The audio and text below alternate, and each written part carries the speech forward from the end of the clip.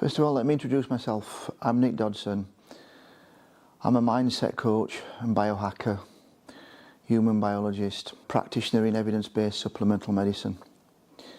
And I just want to give a testimony, basically, in a nutshell. Most people who post on Facebook or Instagram are really bringing the best version of their self, because nobody wants to tell you about their second best, do they? Nobody wants to look bad on Instagram, do they? Nobody wants to look bad on YouTube, do they? But I think it's important to be very candid and open, and that's what this testimony is. So basically, it's not all about my achievements and the great things that I've done and what I can bring to the public and the passion that I have for my work, be it all true, but this is about something that I went through more recently. Approximately, here we go, 6 weeks ago I suffered an injury, and it was a sufferer injury, and it was fairly debilitating as well. The injury was to trap rhomboid, and it was a definite tear. Now you may think, how can I actually do that? And what you can have is a tear that's a lot of microtrauma, and the microtrauma goes into a protective phase, and it's a bit like the worst whiplash that you can imagine. So you would times that by 10 or 100, and it's not the neck area, it's the trap rhomboid area. Now between the trap rhomboid area you have nerves that come out from between C3 to C6, and these are supply routes. Long thoracic nerve that supplies lat dorsi, and that goes between the trap and the rhomboid. There's also a nerve route that passes off, which would go, what you would say, under your armpit. It goes into what they call quadrangular space, which passes out through, as I say, under the armpit, and it basically innervates the muscles of the arm. This splits into two from the radial nerve, and the upshot of this is that when I woke up I had severe nerve pain and tingling in my hands, my arm, and it affected muscles. It affected the tricep muscle, the pec muscle, the lat muscle, and the pain were excruciating. Somebody'd set me on fire, literally. That, and like the worst ache you could imagine, to a 10. So the pain's so bad that you can't even hold a thought in your mind. You just want instant pain relief. I have somebody who works on my injuries now. I know I've been a physical therapist for 20 odd years, but I'm retired from that. So I have somebody who works on my injuries. So with maximum medication, I became mobile. So the pain went from a 10 down to about manageable, down to about a 7.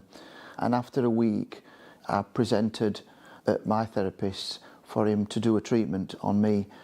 Now I'm going to get straight to the point. This was debilitating. I'm 59. I've never really had anything like this in my life before.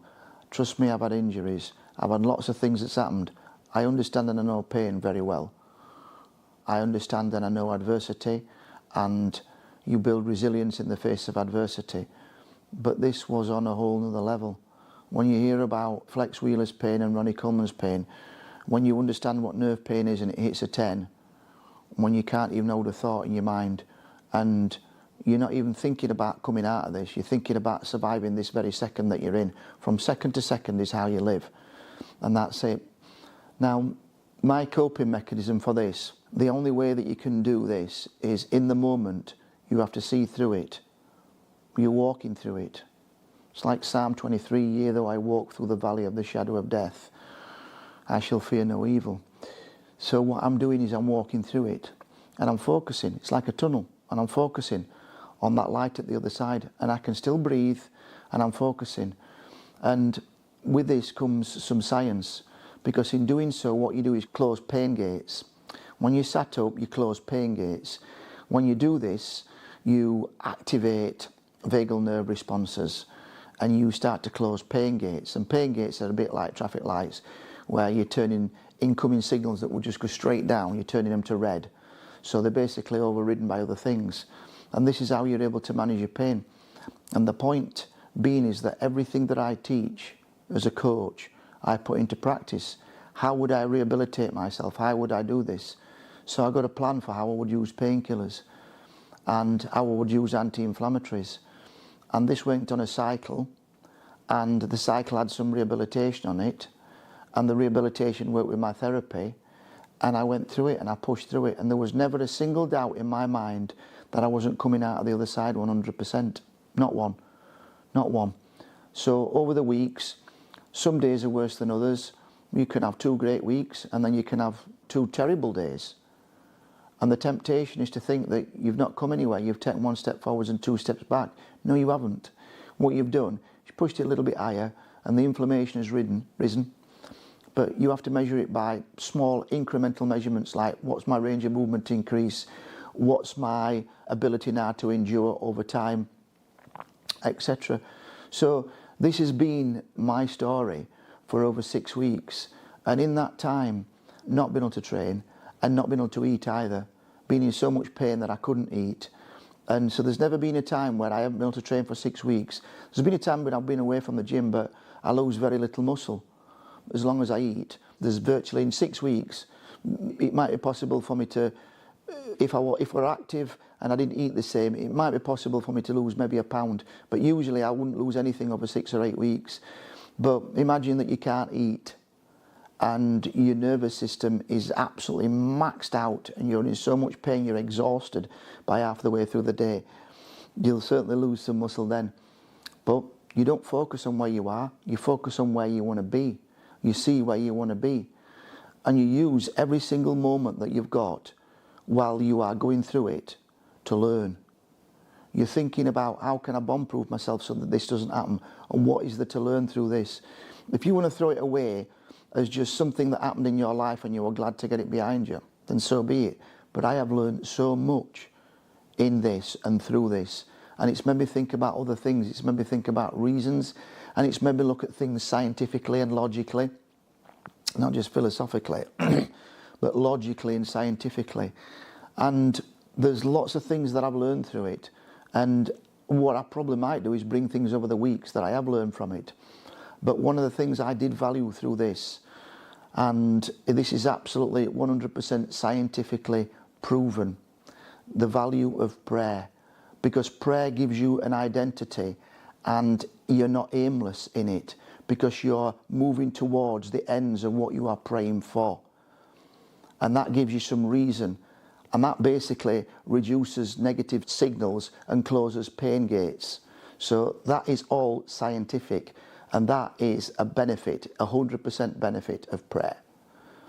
And it worked, 100% for me, it worked. And now I'm at a stage where gym rehabilitation has begun, and I'm able to go to the gym. Some things I'm not able to do, but the inflammation's coming down very fast now, and the ability to train without pain, it's just mild discomfort, just extremely mild discomfort to discomfort. And to be able to do tasks around the house, still every morning has to be, this is for anybody who gets a condition or anything, in any pain, your morning regime should be, as you wake up, you're intentional in your thoughts. Your intention is to sit up and be pain-free. So whatever enters your mind, you're going to sit up. You've got 5 seconds before your prefrontal cortex will give you lots of no's and lots of signals, because it's there to protect you. Why not to do things, not to venture out or anything else, and you lay in bed longer than you need to. So you do NASA launch, 5 to 1 and you're up. First thing is shower on as hot as you can bear it. That creates a counter-irritant effect. You allow this body part to warm up until the pain more or less goes and leaves it, and then you look at range of movement, and you look at whatever ranges of movement you can do. You do gentle stretching, gentle to mild stretching, and ranges of movement. Then when you've done that, you have something to eat. Why? Because that also, while your digestive system's working, that's shutting pain gates as well, and it's allowing you to move. And when you eat, it stimulates endorphins. Things like this are stimulating endorphins and dopamine. And dopamine, natural dopamine, is a painkiller. Okay, because it goes serotonin and dopamine. A lack of dopamine is obviously addiction. And addictions come through when people get addicted to painkillers. That's because they've taken the painkillers, and the painkillers are SSRIs. and basically selective serotonin reuptake inhibitors. So there's lack of serotonin there, so there's an enhanced pain pathway. No thank you. So what I'm going to do is I'm going to focus on that. What I would like to do is along the weeks I'm going to bring you some natural anti-inflammatories. Right? I'm going to showcase these. I'm going to tell you where to get them, and I'm going to tell you they 100% actually 100% work. I used the NSAIDs and I used the SSRIs, and I went on to natural anti-inflammatories. They take 24 to 48 hours to kick in fully, and when they work, it's a game changer. It is an absolute game changer. They're a lot better than the NSAIDs. The profound effects are a lot longer, and you're building up your own immune system, and guess what? You're rewiring your nervous system. Yeah, you're rewiring your nervous system. If you have ultra sensitivity in your nervous system, you'll be acutely aware of anything, and your nervous system will register it as pain. However, if you reset your nervous system, so it's not literally a rewiring, but it's a remodulation of your nervous system. So what will be registered as pain now isn't registered as pain. Your body can cope with this. Now you're going to say, but it's dangerous because I could have an injury without even realising it. No, because you become more acutely aware of stressors that are not just, the outcome is you're not in pain after it. And you're not drawn into a temptation, oh, I need to take this to manage it. You don't need to do that at all. A lot of things happen, a lot of things change. It's not just porn, it's not just the signal modulation that changes. It's also a lot of things actually do change. You're able to contract a muscle better as well, and you're able to feel more of that contraction in the muscle. But I'll share these with you later on another video, but I'm not going to share it now. And I'll share with you other tips and things that I've learnt over these 6 to 8 weeks, from the nutrition, the supplementation, and also exercises that really helped as well. And not just stretch, also contraction with stretch, and why it works better in this way than just plain stretching. And also identification of what you've actually done, because a lot of you will just go to your doctors, and your doctors will just give you painkillers, and he'll send you for a bit of physio, and basically that's it, you're dismissed. I would say that's not a good thing to do. I would say find yourself a good therapist, somebody who has got a very good arsenal of what they can work with and a very good knowledge backup. I would say look at that, and somebody who's not just into the therapy, who's into the analgesia and the rehabilitation, and somebody who you can work with on your rehabilitation. Number 2, look on YouTube and search YouTube for rehabilitation videos. Look at people who've usually got a good library of videos who work in a particular area. You can find some of these on Insta as well, right? And look at these and just go, do I identify with any of these? And build yourself a library then. You save these videos and build yourself a library for what you might need in future. But you can follow these people also. The people who are bringing natural supplementation, like myself, biohacking, somebody who works in supplement science, as I said, like myself, I'm going to bring you these tips and these things, and also eating as well. The things that you like to eat aren't always the things that are best for you to eat, and the things that you're told that are really good for you quite often aren't really good for you. We're finding that these days the things that we've been told that are the worst for us are actually the things that are the best for us. I'm going to debunk a lot of stuff along the weeks, and I'm going to bring you what is actually better for you. So in everything that's happened to me, it's not been a bad thing. I look at the good things and what's come out of it, and it basically makes me more aware of the fact that I am fallible, because sometimes you tend to think there's a certain infallibility about yourself. I am invincible. And sometimes you need to be reminded that you're not, and sometimes it's time to slow down. But 100%, I've learned in the past that I've recovered from injuries 100% to be absolutely bomb-proof and never got injured in that same way again. And now that has been a massive asset. So this is going to be something else that's going to be a massive asset, and something that I can actually share, that I'm going to be able to share with people in future. And I'm sharing this with you now. This is just my journey and I'm walking through it. So I'm glad that you could join me on it. And I hope that the things that I've said are helpful to you. Just a testimony, but again, I hope it's helped. The moment that I realised the extent of my injury was the evening before the full injury manifested the next day, and I realised that this was a pretty serious thing, because from morning I did the injury, and it's a strange thing, I didn't feel any pain, and the inflammation occurred after it, and it came on very quickly through the day, and it went from 1 to 10 very quickly through the day. And when it hit 10, I realised that there was something really serious. And when my fingers started tingling and I lost sensation, I knew that it was nerve compression. And because I'd worked in this area for most of my life, I understood straight away what nerve was affected. There was never a point when I was actually worried. I just thought, let's ride this out.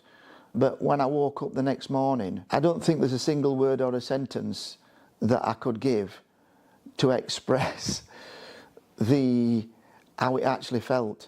I woke up very early in the morning at about 6 o'clock, and if I say excruciating, I've never had pain like it in my entire life. I've had a motorbike accident, and I came off the motorbike at about 80 miles an hour and was thrown through the air about 15 yards before hitting a stone wall, and that was a delayed onset pain, and the pain was in my leg. That were nothing near what this were like. It's closer to your head, it's in your back area and everything. It feels like you've been hit with shrapnel. And yes, I knew at that particular stage that this was severe, and that the main thing is handling it correctly, going through it correctly, having a strong mind, having a strong focus on the outcome. I had to frame it properly. People talk about mindset, right? It needed framing clearly.